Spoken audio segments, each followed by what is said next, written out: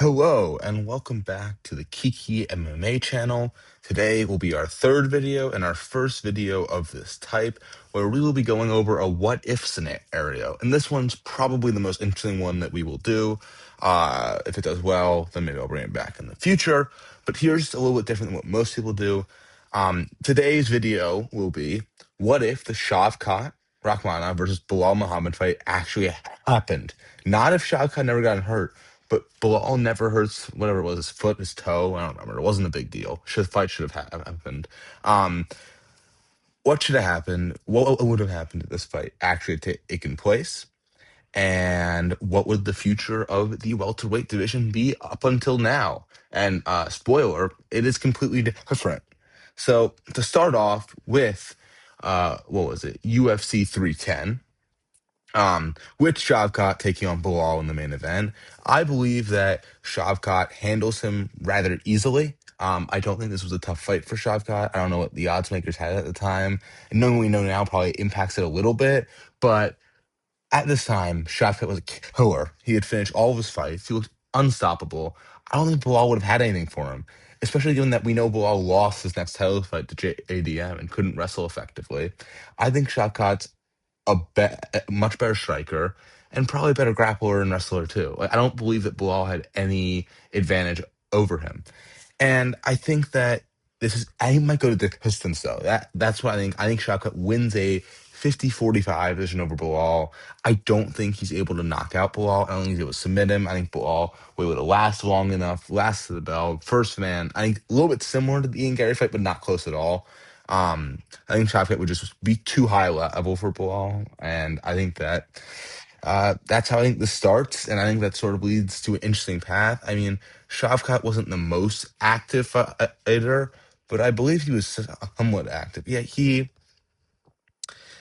only fought twice a year for most of the time. And I think that the next fight that happens, this fight was booked and should have happened if Bilal had never gotten hurt. I believe Ian Gary wins a comfortable decision over Joaquin Buckley at UFC Tampa. I just think that that fight just does not go well for Buckley. I think Gary would just neutralize any offense Buckley would have.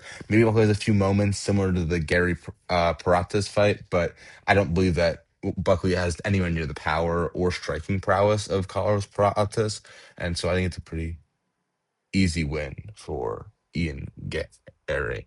And then moving into March, I believe that so the UFC London event, the main event was originally supposed to take place, was JDM versus Leon, and I believe that JDM does win this one by knockout. I think that Leon was really never that good. I don't know, it's revisionist history, but I don't think he was ever that good. I think that JDM would have handled him pretty easily if he didn't get the title shot, which he got at UFC 315 because Shavkat was not ready to go because of the injury. So I think that that event stays the same. That was all already booked, and um, I think that JDM KOs Leon probably in round four, I would say. I think it'll be a later round stoppage, but I think that JDM would have wore him out with the boxing. I think that if Bilal couldn't wrestle Leon, then Leon certainly would have. I mean, Bilal couldn't wrestle JDM. Leon certainly would have been able to, so it would have been a almost entirely striking fight. And I think that JDM beats him up, wears him down, knocks him out in one of the later rounds, three, four, five, who knows.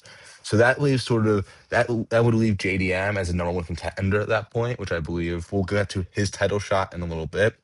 But I believe that an event that happens probably so now we're going to move on to about May, which is when originally JDM actually beat Bilal. That obviously does not happen, and I don't believe Shavkat would have been ready to go by that point because there would have been, I mean, the only I guess in theory worthy contender would be Sean Brady, but he didn't have the Leon win at that point, so he probably would have been ready yet. At that point, the title division is looking like Kamaru Usman would have been up there. I don't think he was fighting for a title, coming off all those losses. Leon Edwards just got knocked out. So JDM would have been the number one contender, but he wasn't just fought. Bilal just lost. It was on the television ready to go, and Shavkat wasn't like extremely active. So I think he waits until later in the year. Eventually, he will fight JDM. We'll get to that, but we're gonna go in a chronological order. I believe that at the UFC Kansas City card, we get as the main event, Sean Brady versus Ian Gary, or around that time, probably May or June. Because Ian Gary likes to stay active. Sean Brady ended up fighting in March of that year, so he definitely was ready to go. I think this fight happens, and I think that this might be a surprise to some people, but I think Sean Brady wins a decision in that fight, if not a submission, probably a decision. Because I don't think that this Ian Gary is a different Ian Gary than we have right now. This Ian Gary never fought Shavkat and never fought like this would have been the around same as Paratas fight. Paratas fight. But this Ian Gary only fought Joaquin Buckley and has never really like the biggest test, which a fight that he probably lost and against Jeff Neal, maybe controversial, probably lost that fight. Um and so this is an earring area that's much less tested, much less polished. And I believe that the Brady's grappling would overwhelm him. A similar, I think Shavkat won that fight 48-47.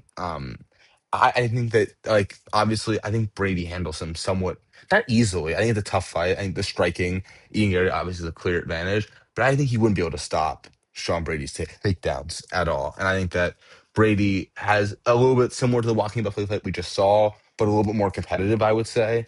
So I think I would go with 49-46 probably for Sean Brady. It's probably a somewhat boring fight, but I think this makes Sean Brady the clear number one contender after JDM at this point. And then after this, we sort of go into a stretch of things that already happened, two fights. Um, we have Michael Morales knocking out Gilbert Burns. I think that stays the same. I think that fight would still be booked. So nothing really has changed with that. And I think that Kamaru Usman probably still fights Joaquin Buckley. Obviously, this Buckley never beat Colby Covington, so maybe someone else gets that fight. But I can't see anyone else really getting it because he obviously wouldn't do Usman versus Colby again. And the next fight that I booked myself is I think they would have MVP fight Colby Covington. And this probably makes the most sense. I could be switched around where Usman would end up fighting MVP and Buckley fights Covington, like what actually happened in real life. But I believe that they give Usman Joaquin Buckley. I think that fight goes the exact same way. There's no reason why it wouldn't have gone anything different. If anything, it would be more dominant because Buckley would be coming off a loss. I don't know. He wouldn't be as confident. And I think MVP wins a pretty easy decision against Colby Covington, striking him at range. As Colby was washed and old and couldn't do anything. So I think that's pretty straightforward. Um, I think Colby Pryor still retires or fades away in this alternate universe. And now I believe we're getting to late summer, early fall, and I believe this is when we get the next title fight where Shavkat Rakhmonov would take on JDM. I think this fight would be a very fun fight when it lasted, a little bit similar to the Jeff Neal Shavkat fight, but I think JDM's a little better. JDM's better than Jeff Neal, and I think that JDM will put up a very good fight. But I think it would be a very interesting fight for as long as it lasts. I think over 5 rounds. I see a very competitive fight, but I think Shavkat, similar to the Jeff Neal fight, gets a late submission on JDM. I think that JDM looked good wrestling against Belal, terrible against Islam Makhachev, who we'll get to eventually. Um, and I think that Shavkat has a very competitive striking fight with JDM. Probably trade a little bit, but I think eventually, probably in the later rounds, Shavkat eventually probably gets JDM's back and submits him. And I think that that would be a very competitive fight of the year candidate. Maybe one day we'll get this fight again, but with JDM losing, it doesn't look likely. Um, Also, on that note, I hope we get Sean Brady and Ian Gary at some point. I think it could happen if Ian Gary loses to Islam at UFC 330, but that would be an awesome fight. I would really like to see that. Wouldn't be maybe the most exciting fight, but would be a great fight. Um, then up next, I think now we're sort of in the UFC 322 range. I believe that Michael Morales doesn't get Sean Brady. I think Sean Brady has earned a title shot at this point and is the only real worthy contender because I don't think that Usman would be a worthy contender yet. I don't think the UFC would give him a title shot yet. And I think that Morales knocks out Bilal Muhammad at around UFC 322 time, maybe a little bit earlier, maybe a little bit later. Um, Bilal came back in November to fight Ian Gary, so I believe that that's not completely off. And I believe that on the same card, Ian Gary, very active fighter, also fought in November. I think he comes back and then he fights Carlos Peraza in a fight that should have happened in June. And I believe that Ian Gary wins decision. I don't think I've seen enough to make that change. I think fighters could knock him out, but I don't think this Peraza again was as polished. Probably fights someone else in June and then or maybe doesn't even fight in June, just knocks out Jeff Neal. Who knows? And then moving on from that, the last title shot of this year, I'm going to jump a few months ahead, but I think Shavkat would eventually knock out Sean Brady. It'd be a very clear grappling fight, but I believe Shavkat takes care of him on standing up. And obviously, I don't think Islam moves up. I think Islam would be a little bit scared of Shavkat. I think Shavkat's too big for him. I think Islam would stay there. Maybe we get Islam Ilya, who knows? And that will do it for the third video of Kiki MMA.